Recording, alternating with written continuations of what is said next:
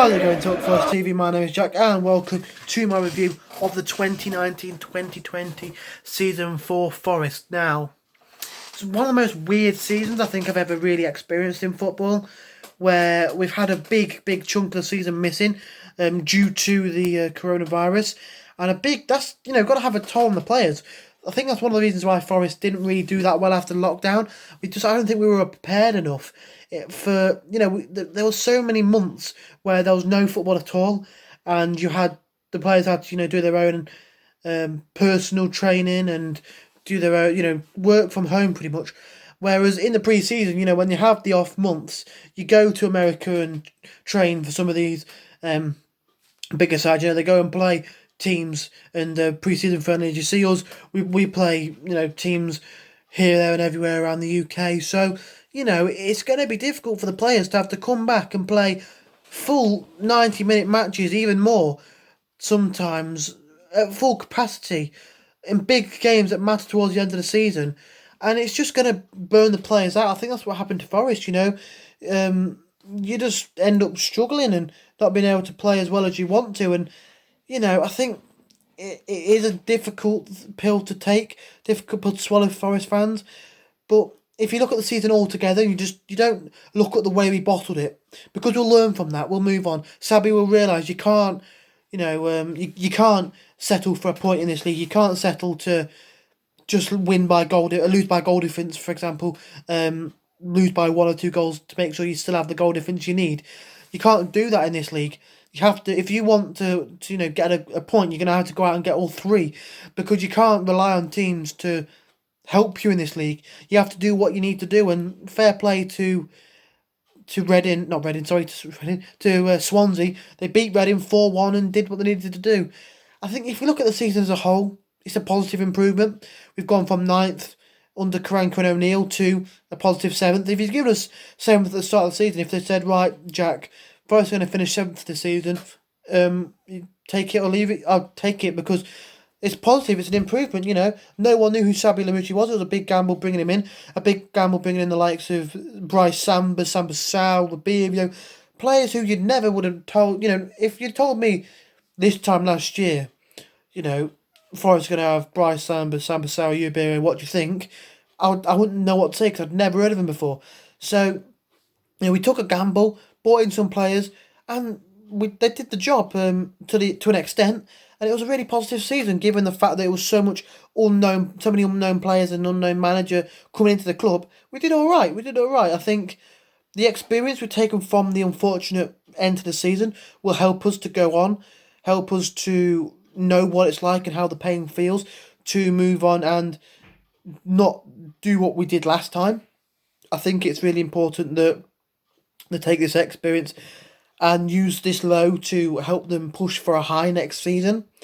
But yeah, it's exciting times at Forest. I know people are gonna be down and in the dumps, doom and gloom, thinking, Forest are never gonna get to the Premier League again. But you got to look at it. It's an improvement on seasons gone. It's an improvement on last season, the season before, where we was mid-table. Season before that, where we go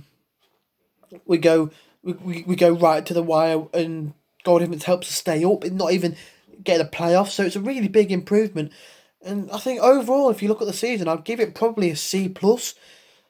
If you look at it in terms of that sort of scale, I think maybe if we'd have got the playoffs the way that we were playing, if we'd have managed to get the goal difference in our favour, probably would have been a B. If we'd got the playoffs, in a strong position like we could have done, A maybe. Obviously automatic promotions, A star, champions A star.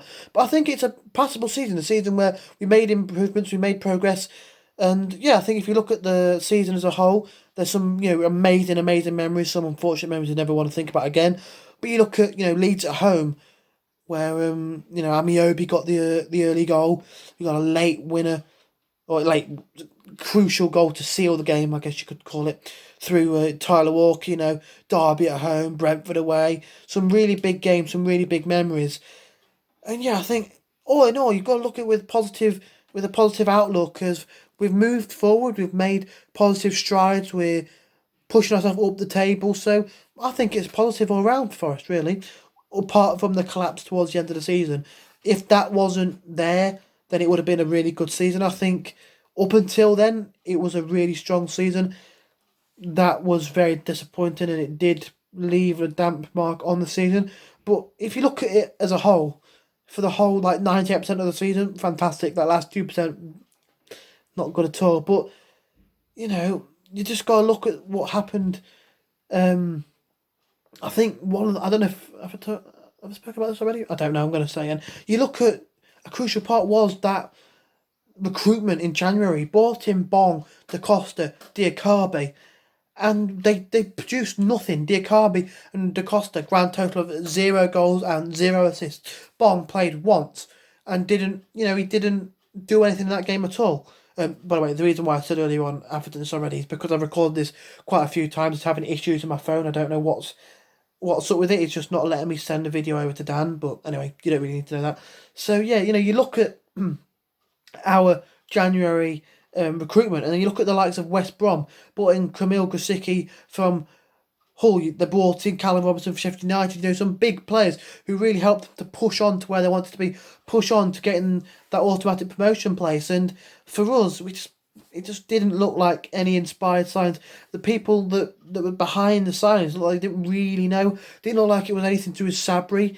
I think you gotta give Sabri full reign over the transfers next season, or get a new recruitment team, because now just wasn't good enough from them. And it's really important that we strengthen in the position we need to strengthen. And if we see teams around us bringing players in, we need to strengthen as well, because you can't just let them, bring in high quality players and then just sort of think, oh yeah, we'll be all right. You gotta improve as well. So there's been lessons learnt this season, and things that we now know not to do, and things that we know to do. So I think it's an important lesson learnt, and we can look on to next season and improve even more. We improved this season.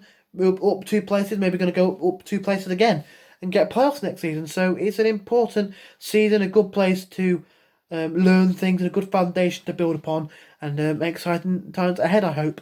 So yeah, thank you for the support on my stuff this year, and on the channel as a whole. If you do want to get your voice heard on the channel, then just drop down a message. That's what I did. Asked if I could do a preview for a game, and he said yes. And then I've pretty much, did one quite a while ago in the season, and Dan hit me up asking since the lockdown if I wanted to do any more videos, and I'm happy to do so. So if you want to, like I have, get your voice heard about Forest, then let Dan know, and I'm sure he'll let you on the channel. So yeah, if you did enjoy, hit the like button, subscribe to Talk Forest TV.